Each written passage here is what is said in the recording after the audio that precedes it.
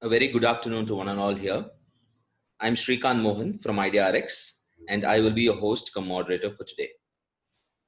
It is extremely heartening to see so many people attending this webinar.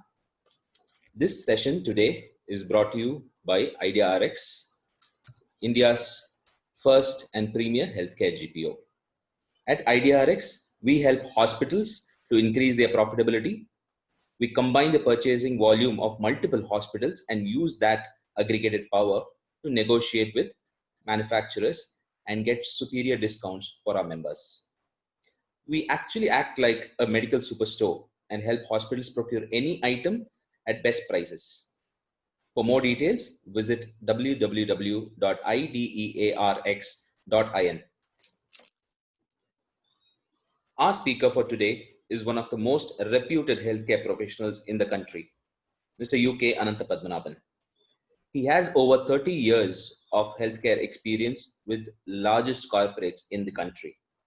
He is presently the director of 10x Health Technologies Coimbatore and also a part of the advisory board of the MGM Group Healthcare Chennai. This session on Hospital 2.0 is for about 55 minutes. We will be looking at multiple technologies, including Internet of Things, cloud computing, the challenges we might face, and based on case and our insights based on multiple case studies from different hospitals. Post this session, we will have a 10 to 15 minutes for question and answers, and we do also have a surprise gift from IdeaRx at the end. So please stay, and over to you, sir. Thank you for making this happen today. I'll leave it to you. Good afternoon, ladies and gentlemen. Thank you, Shrikant, for introducing me so well. And I am very happy to be a part of this webinar, that too on a topic which is very dear to my heart. But however, we are now in a time when things are not so easy. Things are very, very difficult, and the whole world has been taken off guard. The corona pandemic has caused devastation. Almost 2.5 lakh people have lost their lives. About 40 lakh people have been infected around the world. About 65,000 people are infected in India, and we have almost lost about 2,500 people in this country. But I would really call it a disaster, and thanks to the corona warriors, the dedicated doctors, nurses, technicians, sanitary workers, government staff have really tirelessly worked and risking their health, risking their lives in many places, and I think we should salute them. And this presentation is focused on finding out how we can protect these corona warriors beyond PPEs, beyond sanitizers, and beyond telemedicine. So I'm going to take you through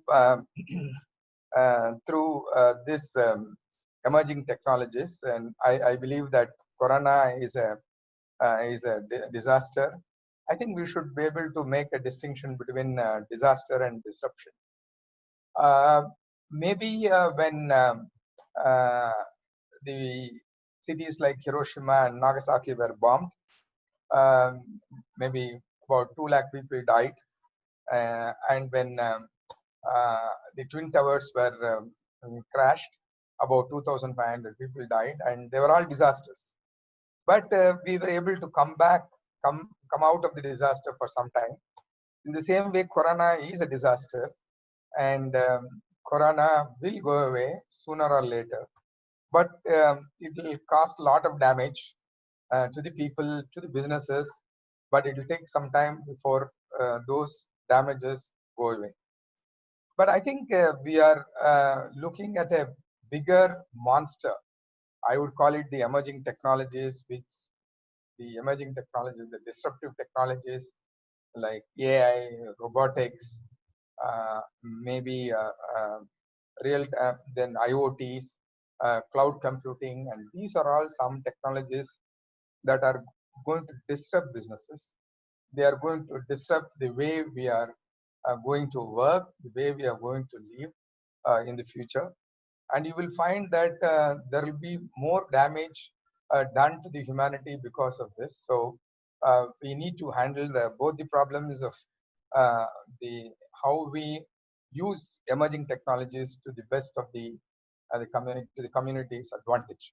So now when we are talking about emerging and disruptive technologies in healthcare, we are talking about IoT, 3D technology, artificial intelligence, big data, drone, genomics, edge computing, machine learning, internet and intranet, nanotechnology, cloud computing, pneumatics, quantum computing, wireless technologies like BLE, NB-IoT, LoRa, Wi-Fi, Zigbee, mobile, biometrics, robotic automation, process automation, robotics, real-time location tracking, augmented reality, and virtual reality. These are all the emerging technologies, and these technologies are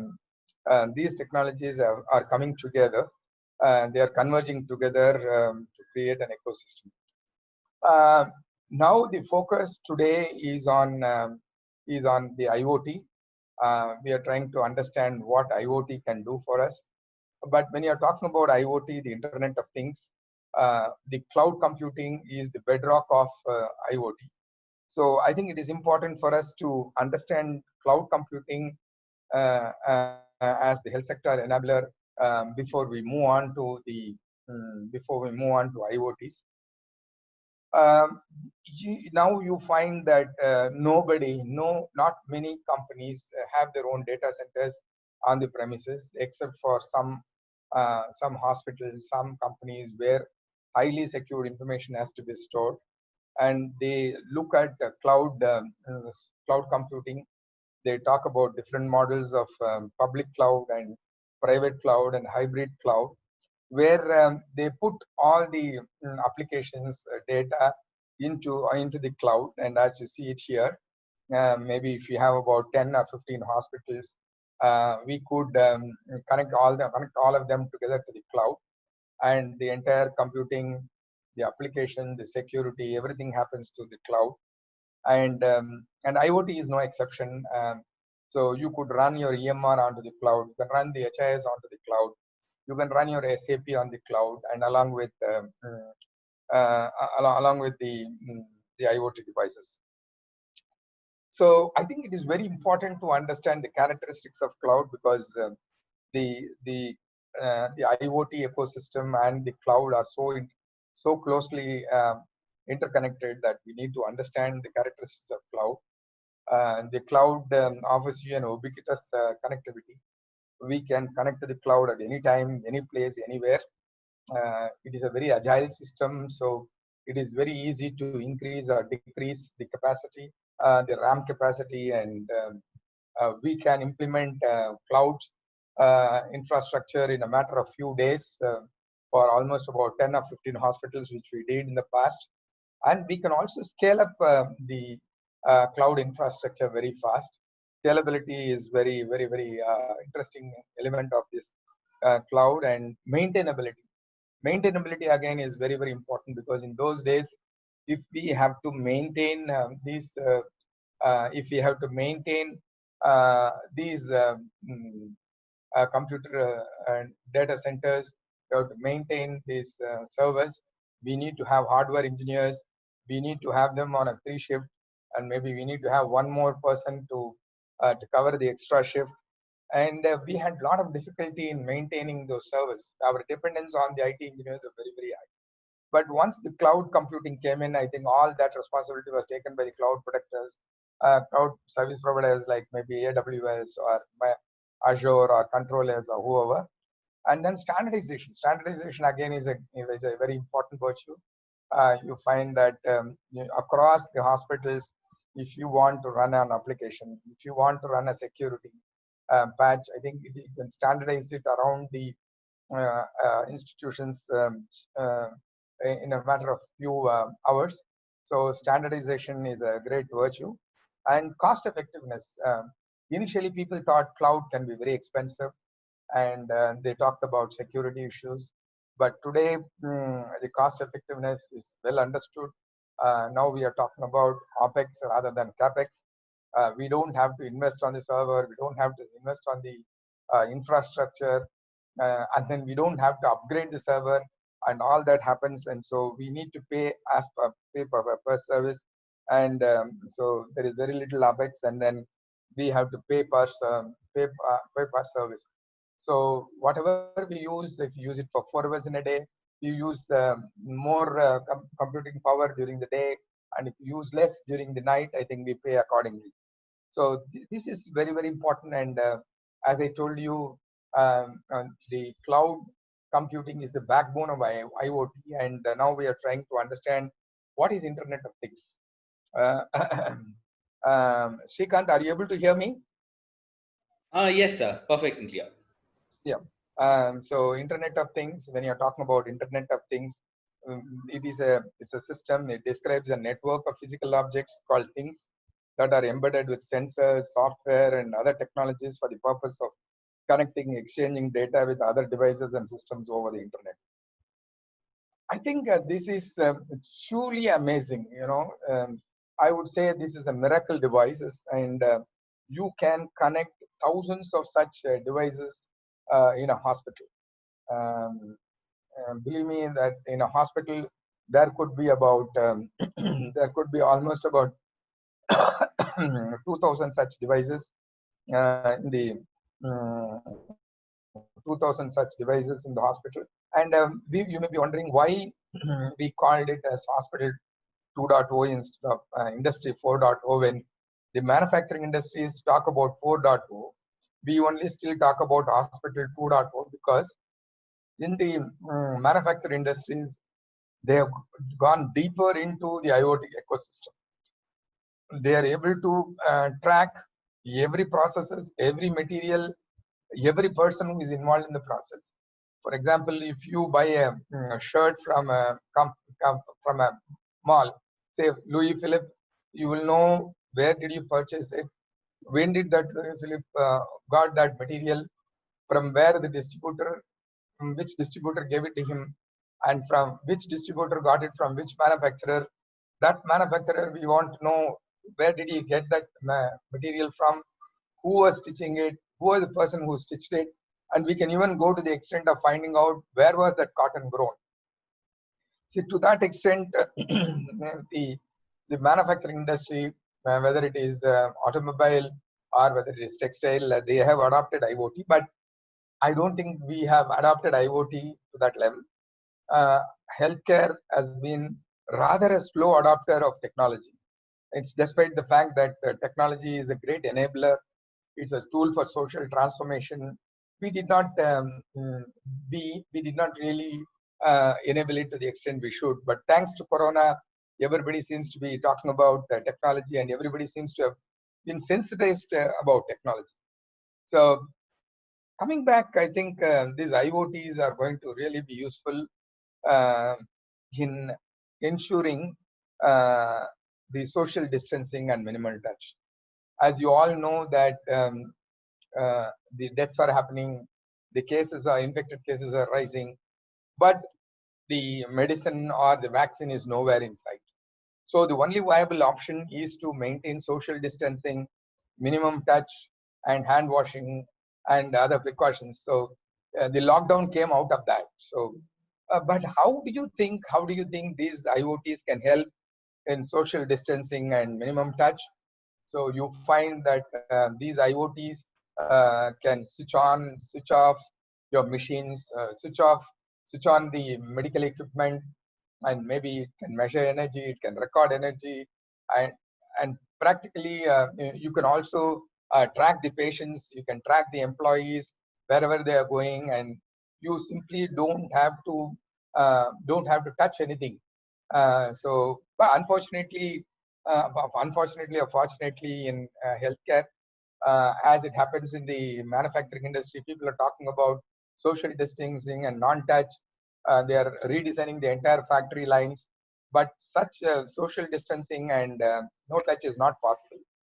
What we could really practice is so definitely social distancing and also minimum touch, because in an ICU you really cannot expect a nurse not to touch the patient. I think that best she does not have to go near the ventilator. She at best need not go near the monitor all the time to record the data.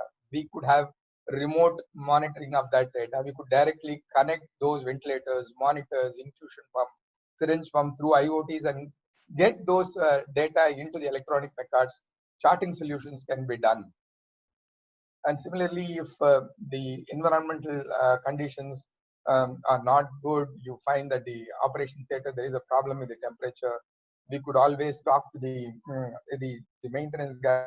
They don't have to come into the operation theater. They could see the temperature in their maintenance department itself and take corrective action. And next thing that has happened is the automating the hospital operations. And so when you're talking about automating hospital operations, a classical example is how do we switch on and switch off the AHUs in a hospital. In a large hospital, you might have about 40 AHUs which are floor mounted or which are wall mounted or ceiling mounted. You might have AHUs, and those AHUs can be programmed and they can be switched on and switched off at a particular point of time. So to that extent, the technicians don't have to really travel 20, they not have to move 10 floors and 15 floors, go to the AH room and switch on and switch off. So that is a very classical case of switching on. Similarly, lighting systems can be automatically switched on and switched off. Your plumbing systems can be automatically switched on and switched off. And I'm going to demonstrate one such IoT platform which is capable of doing it. So next is, of course, the patient and caregiver. And I told you, we can use remote monitoring to protect the patient, to protect the caregiver so that they are not exposed to the viral load. We can minimize definitely the viral load by reducing their movement inside the ICU, reducing the movement of the other caregivers like physiotherapists, pharmacists getting into the ICU. And this is possible. This is possible using this remote, and to that extent, they are not exposed to this kind of COVID-19 infection or any other infection for that matter, hospital-acquired infection that may be there. So, what can IoT do? Maybe because it is a very academic session, I thought I should tell you what IoT can do. IoT can monitor, measure, record, communicate, and automate, and give you insights into the system. So first, if we have about if you have about 20 operation theaters, if you have about 10 ICUs, and if you have about 4 laboratories, and if you have about 40 refrigerators in the hospital, how do you monitor the temperature and comply with the NABH regulations of a particular temperature? And most of the time, you find most of the times you find people going around seeing the data loggers and recording.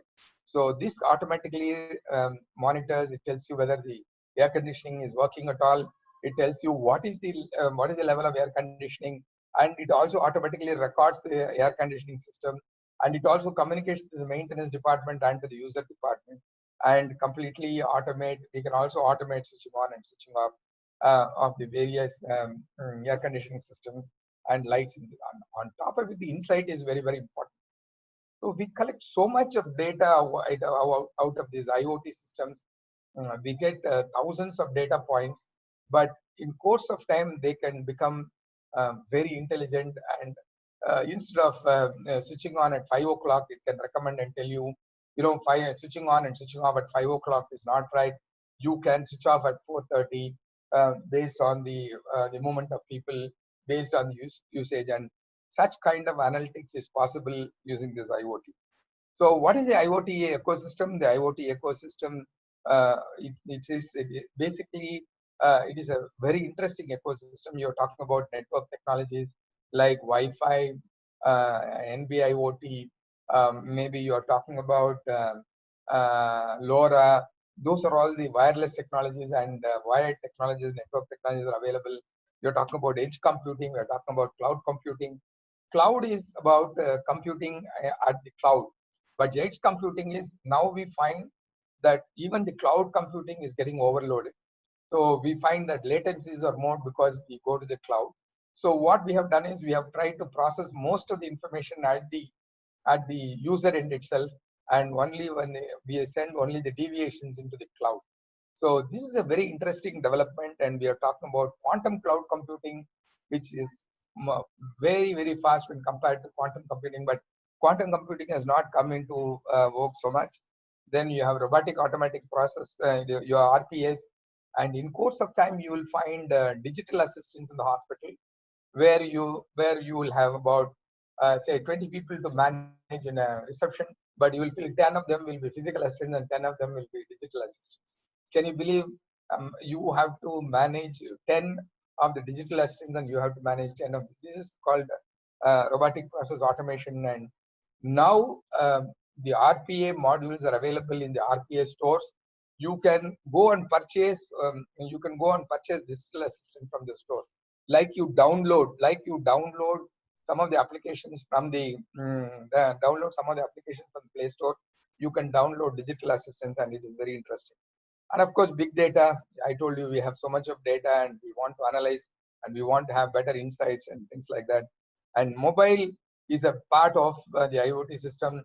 The very purpose of the IoT system is to have access at any time, at any place, by anybody. So mobile enables it. Then we have artificial intelligence and big data go together. So what is the benefit of IoT? IoT, it's a revenue impact. You are able to comply, NABH regulations. We are able to show them how we have adhered to in terms of temperature monitoring, infection control, and things like that. We have been able to do that. Operational efficiency. A classical example is using in the real-time location tracking. In a master health checkup, you will find that these patients, 40 patients who come into the master health checkup area, go into at least dozen of the service areas like consultation, dental, X-ray, ultrasound, ECG, X-ray. They go to different places, including canteen. So you want to find out how much time they have spent and can we reduce their waiting time? Can we improve the workflow? All that is possible through this real-time location tracking, which is basically an IoT-enabled system. And then automated alerts and notification. This is again a great facility. Whenever you have some threshold values, if they breach either a high critical or a low critical values, you get notified and you can take corrective action. And cost containment, believe me, we can at least achieve about 15% reduction in cost if we implement an IoT system in the hospital. And what is interesting in this IoT system is that in the conventional BMS, we need to wire them. We need to wire the entire hospital. We need to have controllers. And it takes a long time to implement a building management system. And it is very expensive. And there are not many people who know about the building management system. But in case of IoT, the implementation is very fast, and it is wireless, and you can retrofit it in any hospital. The IoT is agnostic. Whether it is new hospital or old hospital, whether it is a small hospital, medium hospital, or a large hospital, IoT can be enabled at any point of time. So what are the existing IoT applications? We have remote patient monitoring system. We have asset and employee patient tracking, asset performance and utilization. I'm going to talk about it a little later. And environmental monitoring. We can monitor temperature, humidity in the operation theaters, ICUs and all that. Building management, you can monitor any of these utilities. You can monitor lifts. You can monitor air conditioning systems, LPG consumption, water consumption, water supply. You can do anything. So I believe that if you implement this, there could be at least about 20 to 25% saving of manpower. And asset management software and supply chain management is again very interesting. And there is an emerging trend, which again, because I have been working in the purchase department of the hospitals, and I know These hospital materials like prostheses, catheters can be very expensive. We could use some of these RFID tags. We could use this GPS. We could use our BLE tags to monitor the flow of these materials, and we can track it to the last bit, to the last point where it was used. And we can also find out how many times it was used, because sometimes you reuse the materials and charge the patient accordingly. Shrikant, are you there? Yes, sir, I'm there. You can go ahead, sir. Okay. What we saw in the last slide were the existing IoT applications in the hospital, which are being extensively used. But what we are going to see are innovative IoT applications developed for a COVID-19 situation. Uh, they are very simple, very useful, and very cost-effective solutions come out of creative thinking, imagination, and technology knowledge our engineers and software programmers have had. We have seen smart sanitizers, IV fluid flow tracking, artificial intelligence in COVID-19 patient screening, thermal temperature measurement and access control, water sensors in washrooms, and robots for delivering food and medicine. When you say smart sanitizers, we are talking about sanitizer containers with sanitizing solution, which automatically drop in the hands of the user, and it also sends a message when the sanitizing solution is about 20% in the container to the IoT platform, and to the housekeeping people, they can come and refill it. This can be very useful when you have about, say, 100 sanitizers located in different locations of a factory premises or a hospital or any public place. Then we are looking at IV fluid flow tracking. It's a common experience whenever we admit patients. We find ward nurses find it extremely difficult to keep a track of the IV fluid. And many times the patient relatives run up to the ward station to say that IV fluid is exhausted. So in this case, there is a smart IoT device fitted onto the IV stand, and this communicates periodically the level of IV fluid in the IV container, and so the nurses are able to replace the IV fluid in time. AI COVID-19 patient screening, again, is a very high-end IoT application, where I wouldn't say it is an IoT application, but it is definitely an innovative application. Here I found that in Mumbai, the Mumbai Municipal Corporation used artificial intelligence to screen the COVID-19 patients' X-rays, and they were able to say up to almost about 97 to 98% accuracy whether a particular patient is a potential COVID-19 patient. Then we have thermal temperature and thermal temperature measurement and access control. Now, as per the latest guidelines given by the government, in every public place, in every factory or every hospital or a college, we need to measure the temperature. Now, the people who enter the premises and then also measure the temperature when they leave for the hospital employees. And this can be used, this smart thermal temperature measurement devices can also be used as access control in the hospitals. Water sensors in washrooms, again, is a very innovative solution. People like us, we were in operations. We used to have about 40 to 45 washrooms all over the hospital. And we used to go on rounds to find out whether the washrooms are cleaned and whether they are not smelling badly. But it was a Herculean task to do it day in and day out. But what we did was we just put an IoT sensor, an ammonia sensor, to tell us if there is high level of ammonia in a washroom. That means the washroom is not cleaned, and we can send the housekeeping people to clean it up. Then we have now robots being developed for delivering food and medicine, because people are talking about no touch, for the corona patient concept of no touch, where we cannot afford to physically touch the corona patients. So we use robots to transport food and deliver it in their rooms. And we find it was extensively used in China, South Korea, and now in India, people have started producing, even in Coimbatore and Bangalore and Pune, people have started producing these robots, and it is in use. What are the challenges in IoT implementation? The challenges in implementing IoT implementation are the leadership vision for IoT as a strategy. Um, I find that in many of the organizations, the top leadership is not sold to the idea of putting IoTs in their hospitals. Maybe because they have not understood what IoT is, and they have not understood the power of IoT. And thanks to COVID-19, they have been sensitized, and people are now looking at such solutions like IoT, artificial intelligence, and all that.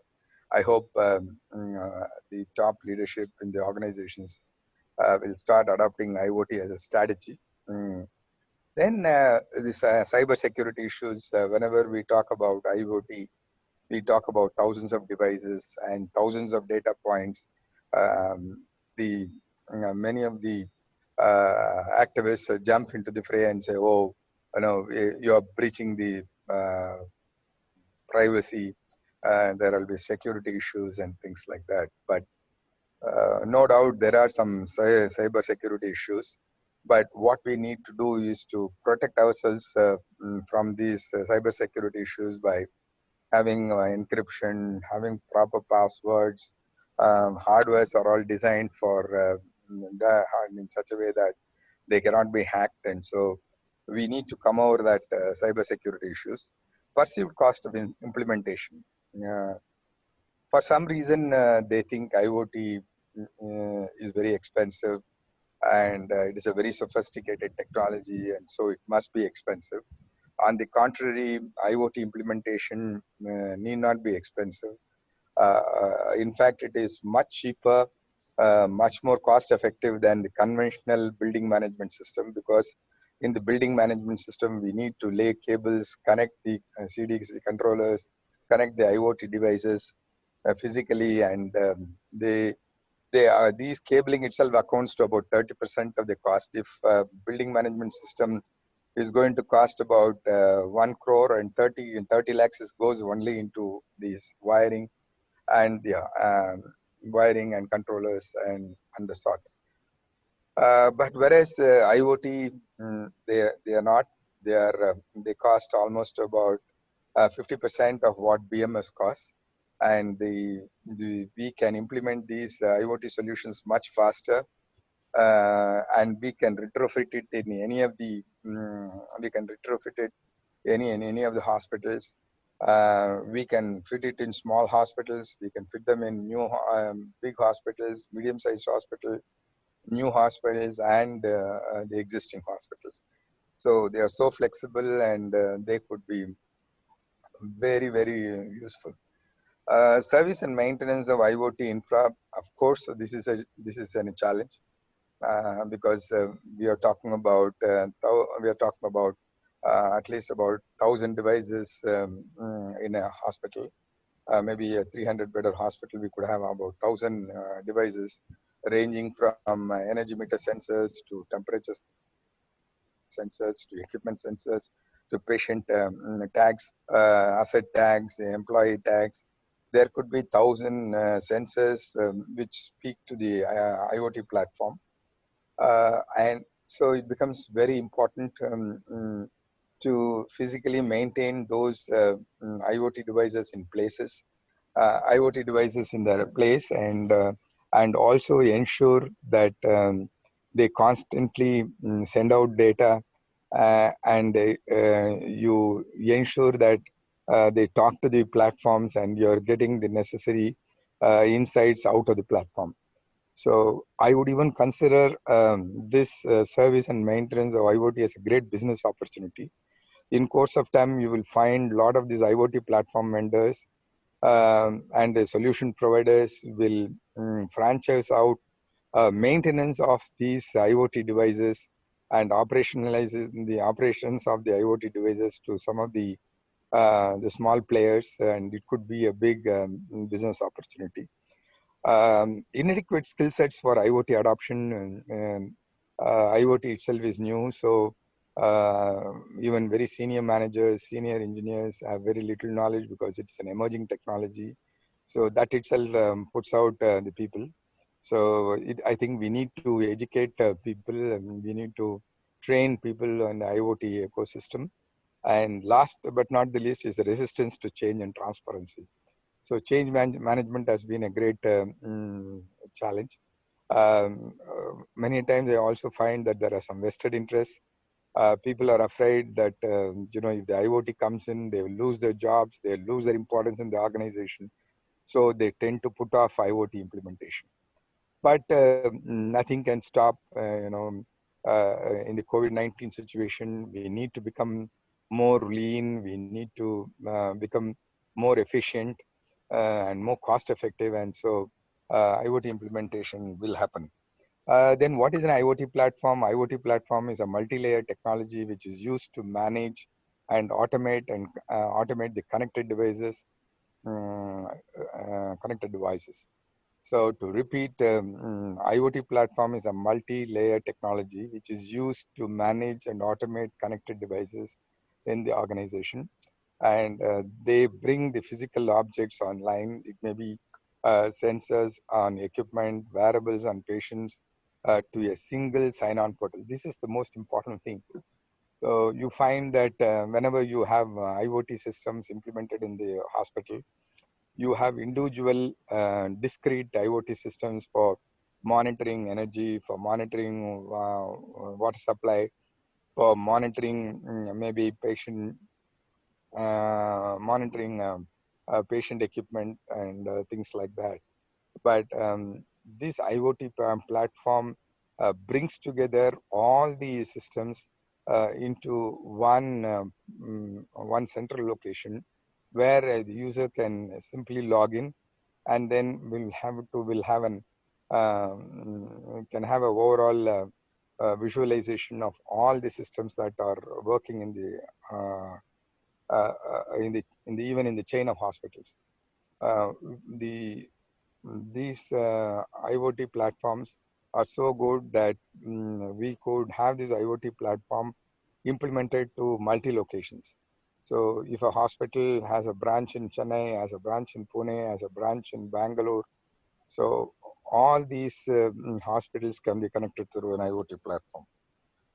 So what I'm going to do is very quickly, I'm going to do a demonstration of an healthcare IoT platform. Thanks to Zoho Corporation, they have given us the generic platform, and we have tried to develop a healthcare IoT platform um, for for building management, for equipment monitoring and utilization, supply chain management, and real-time location tracking of equipment, patients, and staff. Srikanth, is it audible? Am I loud and clear? Absolutely, sir. Loud and clear. Okay, good. So I'm going to now shift gear and go into the live presentation of the IoT platform. So we are now going to see the practical demo of an healthcare IoT platform. Thanks to Zogo Corporation, they have given us a generic platform, and we have developed an IoT platform for healthcare. And you can just log in like this, and uh, you will be able to see many of these icons here, tabs here, many of the widgets here. But I'm not going to explain all of them because it will take a long time. But I think we must be interested in dashboards, asset management, and admin. So quickly, when you're talking about admin, it tells you what are the things we can do as in the admin console, like update a template, add region, add building, and all that. Then you can see dashboards. We'll quickly see the dashboards and then come to the assets. So when you're talking about dashboard, we are able to see energy dashboard where we will be able to connect about 20 or 30 energy meters in our hospital. We have connected almost about we have about almost about 120 submitters. We can connect any number of those submitters into this IoT platform. Right now, I've just connected one submitter just to show you how it works. It tells you what was last hour consumption, what was yesterday, what was last week, and what was last month. It can happen for all the uh, parameters like this. So then you have equipment temperature, and then you will be able to monitor the refrigerators temperatures in the hospital. You may have about 20 or 30 refrigerators. We can monitor the inside temperature of those refrigerators where we have kept very valuable vaccines and medicines and drugs. So then we can also monitor the room temperature. When you're talking about room temperature, we have to monitor as per NABH guidelines, and also for patient comfort, safety, we need to monitor temperature, humidity, and pressure. So you are able to see the ICUs, different. These are all live readings. So you'll find we are able to monitor the room temperatures, the ambient temperatures. We'll also be able to see we are also able to see the trends. We can see the historical data here. Then we can monitor water level in some of the tanks we have. I have just taken 3 tanks, a syntax tank, the dialysis unit, then the cement tank for the catering department, and the sump in the hospital. So it tells us that we have 62% level in syntax tank and 89% in the cement tank and only 35% in the sump. And we have also been able to set the threshold, and we can switch on and switch off the motors automatically once these threshold levels are lit. We have high critical and low critical values, so they switch on and switch off automatically. Then we also can do water consumption. Water levels are different. Water consumption is like energy consumption. So you can monitor what is this hour, today, this week, and this month.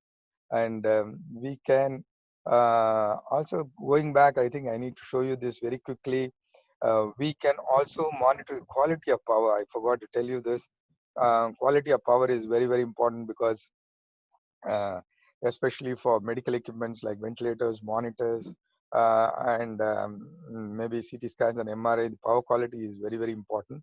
And we will be able to tell you for any frequency of time what was the voltage between Y phase and red phase. We can find out whether there was any surge in the current, whether there was any surge in the voltage. Um, so this is a very important feature. Then we have a very interesting feature, that is to monitor medical equipment. We can monitor the medical equipment like cardiac monitors, ventilators, and all that. So you see here, there are 2 hospitals, one in Chennai and one in Coimbatore. We are monitoring 10 such equipments here, and you find 8 are off and 2 are on, and one is idle, and none of them are idle. None of them are in the standby mode. So that is what it indicates. So you find here, if you say it is on, it is 1.0. That means it is in the on condition, and we will be able to see these are all the equipment that are on. Similarly, ventilators, you find uh, none of the ventilators are on, but they are all connected to the patients here. You will be able to see these ventilators. You can see these monitors.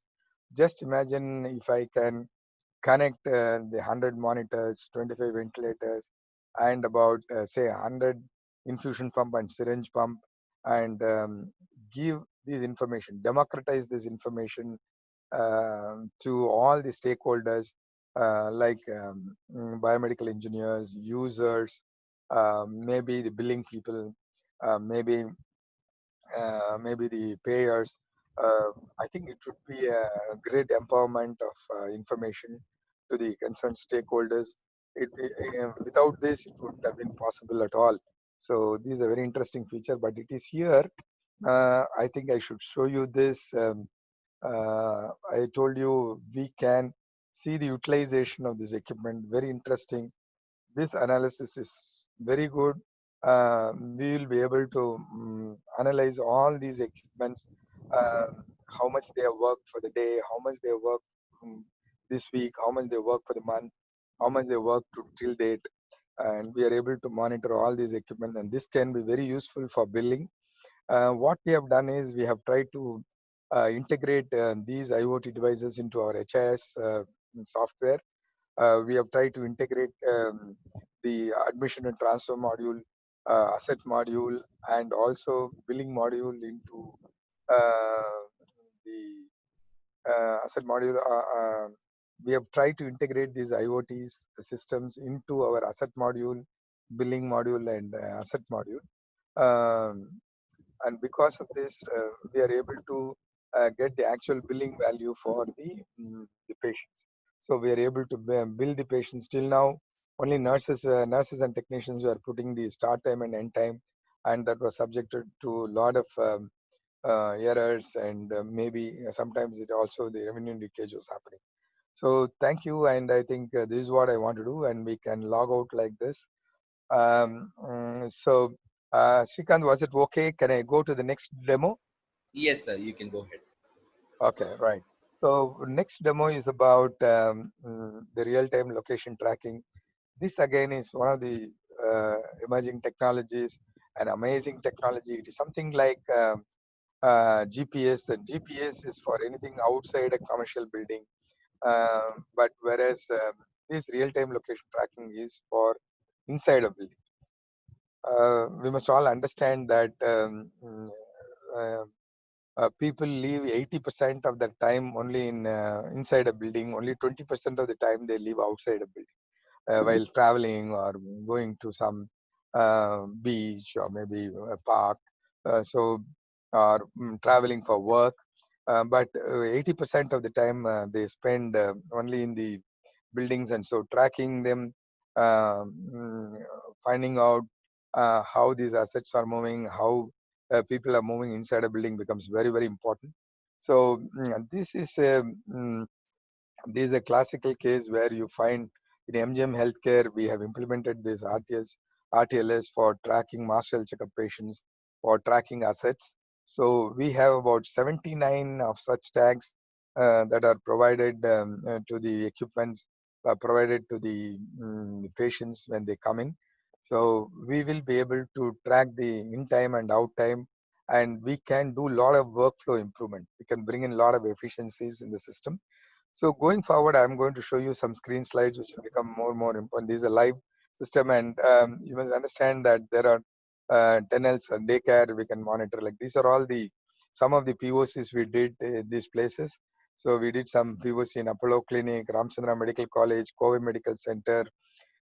In one of the conferences, we did a demo, and you find that here, right now, in one of the apartment complex, we are doing this for tracking people who are coming and going. And so these are all the uh, devices that are kept there. It is a daycare center there. So we close this demo, and then I think we should move to our presentation. Okay, now very quickly, I'm just going to show you. There are certain discrete systems apart from the IoT platform. There are very good discrete IoT systems that are working, and this is a classical case. This is a charting solution provided by one of our IoT vendors. He has connected his IoT device and the software directly to all our critical care equipments, and you find all these data keep flowing into the electronic medical records. So in the process, the nurses don't have the stress and strain of recording all their readings every 1 hour, so they can't make a mistake. And you know that the nurses spend almost about 40% of the time only recording. So this charting solution has taken it away. And in the COVID-19 situation, what is very, very, very important to note is that so this has reduced the touch of the surfaces, touch of objects.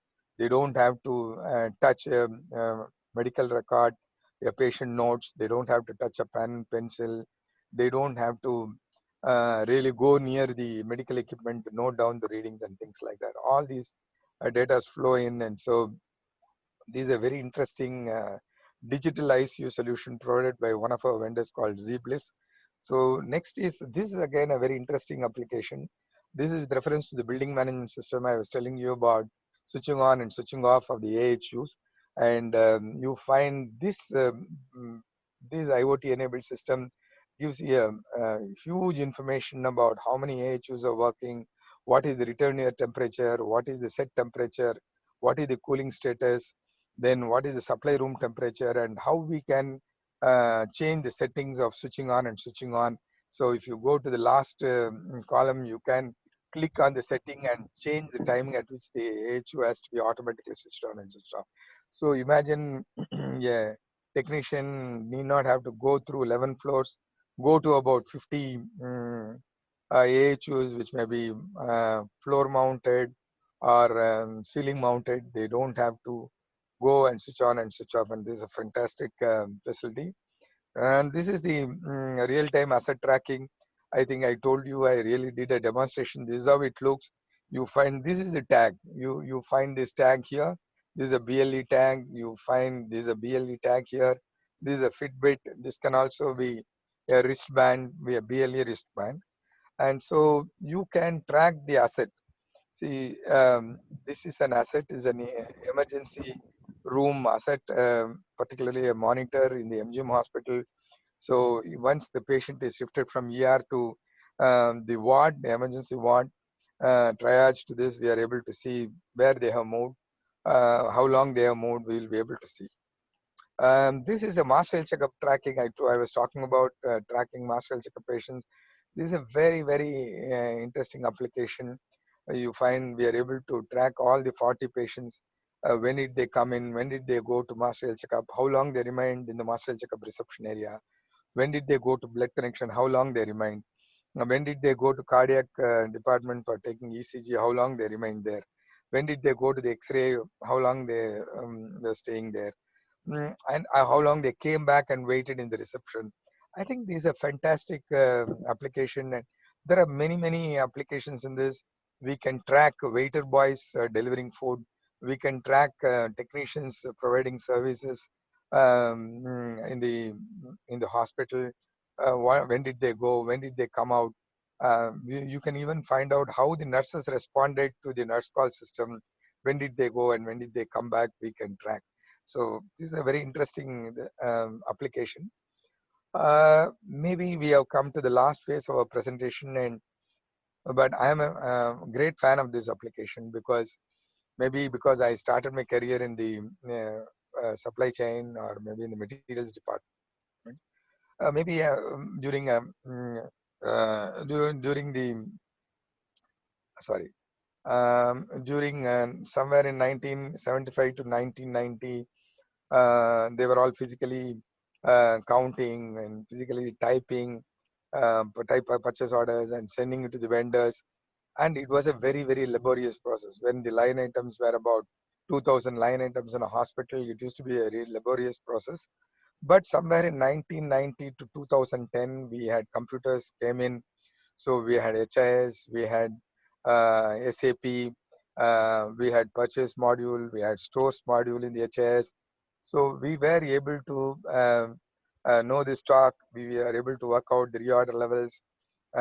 We were able to know the order quantities, and we used to take out those details and send orders to our vendors and get supplies.